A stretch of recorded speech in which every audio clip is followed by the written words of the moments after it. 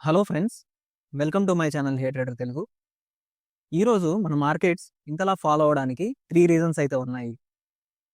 First reason మాట్లాడుకుంటే మన ఇండెక్స్‌లో ఉన్న టాప్ స్టాక్స్ అయితే పడడం వల్ల, టాప్ స్టాక్స్‌లో మూవ్‌మెంట్స్ రావడం వల్ల, నెగెటివ్‌గా వెళ్ళడం వల్ల అయితే ఈరోజైతే మార్కెట్స్ అయితే పడడం జరిగింది. రిలయన్స్ స్టాక్ అయితే నియర్లీ 5% అయితే పడడం జరిగింది. అండ్ హెచ్‌డిఎఫ్‌సి బ్యాంక్ అయితే 2% నియర్‌గా అయితే ఫాల్ అయింది. అండ్ కోటక్ మహీంద్రా బ్యాంక్ కూడా 2% అయితే ఫాల్ అయింది. బ్యాంకింగ్ స్టాక్స్ కూడా టాప్‌లో ఉన్న స్టాక్స్ అన్ని ఫాలో అవ్వడం వల్ల and Reliance and oil and gas companies అనేవి నెగెటివ్‌లో క్లోజ్ అవ్వడం వల్ల మన మార్కెట్స్ అనేవి కిందకి రావడం అయితే జరిగింది. అండ్ సెకండ్ పాయింట్ ఏంటంటే, సెకండ్ పాయింట్ ఈరోజు అయితే నిఫ్టీ అయితే ఎక్స్‌పైరీ అయితే ఉన్నింది.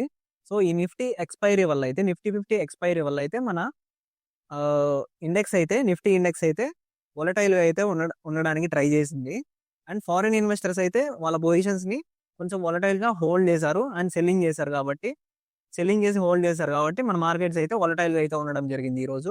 అండ్ నెగెటివ్‌గా అయితే క్లోజ్ అవ్వడం జరిగింది. అండ్ థర్డ్ ఇంపార్టెంట్ పాయింట్ ఏంటంటే, ఆల్రెడీ మనకు తెలుసు యూఎస్ అండ్ వెనిజులా యూఎస్ వచ్చి వెనిజులా పైన అటాక్ అయితే చేసింది.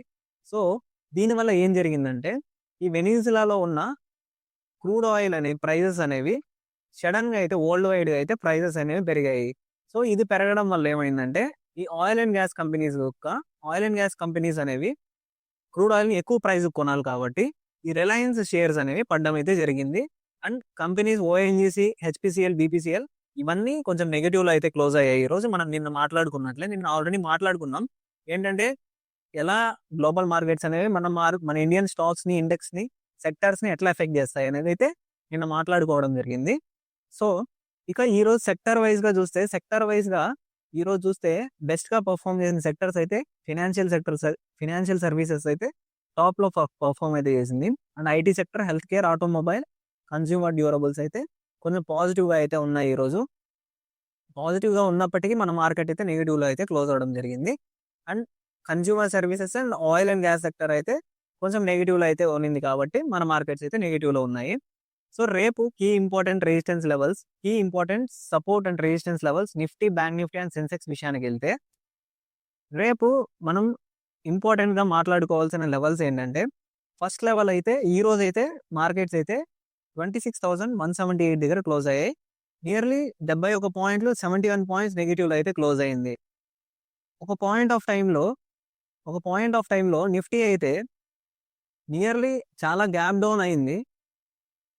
గ్యాప్ డౌన్ అయిన తర్వాత 15 మినిట్స్ క్యాండిల్‌ని బ్రేక్ చేస్తూ చేయలేక రిజెక్ట్ అయ్యి ఆ లెవెల్‌ని పైకైతే మూవ్‌మెంట్ వచ్చింది. నియర్లీ 50 పాయింట్స్ వరకు వెళ్ళింది. తర్వాత అయితే హ్యూజ్ ఫాల్ అయితే మార్కెట్స్‌లో వచ్చింది. నియర్లీ 120 పాయింట్స్ దగ్గరగా టచ్ అయ్యి రివర్స్ బౌన్స్ బ్యాక్ అయ్యి కన్సాలిడేషన్‌లో అయితే మన నిఫ్టీ అయితే ముగియడం మనం చూస్తున్నాం. రేపటికి మన ప్లాన్స్ ఎలా ఉండాలి? రేపు మన ట్రేడింగ్ ప్లాన్ ఎలా ఉండాలంటే, రేపు గనుక ఈ ఇంపార్టెంట్ లెవెల్ అయిన 26,200ని గాని మార్కెట్ బ్రేక్ చేసుకుంటూ అబోవ్ గాని క్లోజ్ అయితే 15 మినిట్స్ క్యాండిల్ గాని బ్రేక్ చేసి అబోవ్ గాని క్లోజ్ అవ్వగలిగితే, బాడీ వచ్చి 50% అబోవ్ గాని క్లోజ్ అయితే, మనమైతే కాల్ సైడ్ అయితే మనమైతే చూడొచ్చు మార్కెట్‌ని అండ్ బుల్లిష్‌గా మారనుంది. నియర్లీ 26,300 వైపు ర్యాలీ అయితే ఖచ్చితంగా అవుతుంది.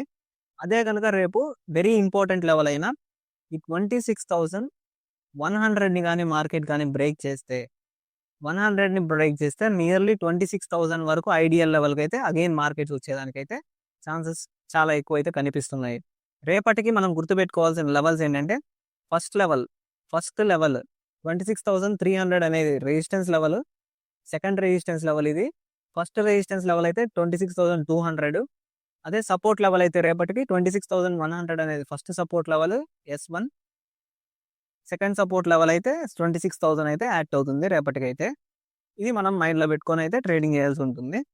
సో, ఇక బ్యాంక్ నిఫ్టీ విషయానికొస్తే, బ్యాంక్ నిఫ్టీ అయితే మిగిలిన ఇండెక్స్ కంటే పాజిటివ్‌లో అయితే ఉండడానికైతే ఈరోజు ట్రై చేసింది. ఈరోజు బ్యాంక్ నిఫ్టీ యాక్టివిటీ చూస్తే, మనం గ్యాప్ అప్ ఓపెన్ అయింది. గ్యాప్ అప్ ఓపెన్ అయిన తర్వాత అంత ఇండెసిసివ్‌గా అయితే క్యాండిల్ అయితే 15 మినిట్స్ క్యాండిల్ అయితే ఉన్నింది. తర్వాత ఒక మంచి మూవ్ అయితే వచ్చింది. నియర్లీ 300 పాయింట్స్ మూవ్ అయితే వచ్చింది బ్యాంక్ నిఫ్టీలో. 300 పాయింట్స్ మూవ్ అయిన తర్వాత కొంచెం స్లైట్‌గా 200 పాయింట్స్ ఫాల్ అయితే వచ్చి నియర్లీ పాజిటివ్‌గా అయితే 74 పాయింట్స్ పాజిటివ్‌గా అయితే బ్యాంక్ నిఫ్టీ అయితే క్లోజ్ అవ్వడం జరిగింది. సో, రేపటికి మన ఇంపార్టెంట్ లెవెల్స్ ఏవంటే key important and support levels అయితే రేపటికి మన మార్కెట్ కానీ ఈ 60,200 అబవ్ కానీ వెళ్ళగలిగితే బ్రేక్ చేసుకుంటే స్ట్రాంగ్గా మనం 60,500 వరకు మూవ్ అయితే ఎక్స్పెక్ట్ చేయొచ్చు. అదే కనుక ఇది రెసిస్టెన్స్ లెవెల్ 60,200 అనేది ఫస్ట్ రెసిస్టెన్స్ లెవెల్, 60,500 అనేది సెకండ్ రెసిస్టెన్స్ లెవెల్. అదే కనుక మన బ్యాంక్ నిఫ్టీ కనుక కొంచెం రిజెక్ట్ అయ్యి గ్యాప్ డౌన్ ఓపెన్ అయ్యి ఈ లెవెల్ని అయితే ఖచ్చితంగా గ్యాప్ డౌన్ అయితే టెస్ట్ చేస్తుంది 60,000 లెవెల్ని. ఈ 60,000 లెవెల్ని టెస్ట్ చేస్తే మాత్రం ఖచ్చితంగా అగైన్ 59,800 వరకు వచ్చి అగైన్ రివర్సల్ అయ్యేదానికైతే ఛాన్సెస్ అయితే ఉన్నాయి. ఇది సెకండ్ సపోర్ట్ లెవెల్ అండి. ఇది ఫస్ట్ సపోర్ట్ లెవెల్ 60,000 అనేది. సో రేపటికి important resistance and support levels అయితే బ్యాంక్ నిఫ్టీలో 60,200 అనేది ఫస్ట్ రెసిస్టెన్స్ లెవెల్. అది బ్రేక్ చేస్తే మాత్రం 60,500 వరకు అయితే మార్కెట్స్ అయితే వెళ్తాయి. అదే కానీ సపోర్ట్ లెవెల్ అయినా ఈ 60,000ని గ్యాప్ డౌన్ అవుతున్నాయి మార్కెట్ బ్యాంక్ నిఫ్టీ కింద కానీ టచ్ చేస్తే ఈ 60,000ని టచ్ చేస్తే మాత్రం అగైన్ ఫర్దర్గా ఫాల్ 200 పాయింట్స్ ఫాల్ అయితే మనం అయితే చూడొచ్చు బ్యాంక్ నిఫ్టీలో. ఇక సెన్సెక్స్ విషయానికి వస్తే సెన్సెక్స్ విషయానికి వస్తే సెన్సెక్స్ కూడా నిఫ్టీ లాగానే గ్యాప్ డౌన్ ఓపెన్ అయింది. గ్యాప్ డౌన్ ఓపెన్ అయిన తర్వాత మనం అయితే నిఫ్టీ లాగానే కొంచెం రైజ్ అయితే ఇచ్చింది స్టార్టింగ్ 1 అవర్. తర్వాత పైకి బుల్లిష్గా అయితే మారిన తర్వాత 85,400 మనం ఎప్పటి నుంచో మాట్లాడుకుంటున్నాం ఈ లెవెల్ని. ఈ 85,400 లెవెల్ అనేది చాలా ఇంపార్టెంట్ అండి. చాలా సార్లు ఈ లెవెల్ని అయితే టెస్ట్ చేసింది. రేపు కనుక ఈ లెవెల్ని కానీ సెన్సెక్స్ కానీ బ్రేక్ చేయగలిగితే మాత్రం ఫర్దర్గా 85,000 వరకు కూడా మన సెన్సెక్స్ వెళ్ళడానికి అయితే ఛాన్సెస్ ఉంటాయి. సో ఫస్ట్ రెసిస్టెన్స్ లెవెల్ మాట్లాడుకుంటే మనం సెన్సెక్స్లో అయితే ఫస్ట్ రెసిస్టెన్స్ లెవెల్ 85,400 అనేది బ్రేక్ అవ్వాలి. రేపు కానీ మళ్ళీ రిజెక్ట్ అయ్యి మళ్ళీ కిందకు వస్తే మాత్రం మార్కెట్ సెన్సెక్స్ అనేది కన్సాలిడేషన్ ఉండడానికి ఛాన్సెస్ అయితే ఉంటాయి చాలా ఎక్కువ. ఇక రేపటికి ఫస్ట్ రెసిస్టెన్స్ లెవెల్ అయితే 85,400. ఫస్ట్ సపోర్ట్ లెవెల్ మాట్లాడుకుంటే మనం అయితే రేపటికి 84,900 అనేది సపోర్ట్ లెవెల్ అని వెరీ ఇంపార్టెంట్ సపోర్ట్ లెవెల్ అండి. ఇది కానీ బ్రేక్ అయితే మాత్రం ఫర్దర్గా మార్కెట్స్ అనేవి చాలా బేరీస్గా మారడానికి సెన్సెక్స్ అయితే ఛాన్సెస్ ఉంటాయి. ఇక గ్లోబల్ మార్కెట్స్ విషయానికి వస్తే గ్లోబల్ మార్కెట్స్ ఈరోజు అయితే పాజిటివ్గా అయితే టర్న్ అయ్యాయి.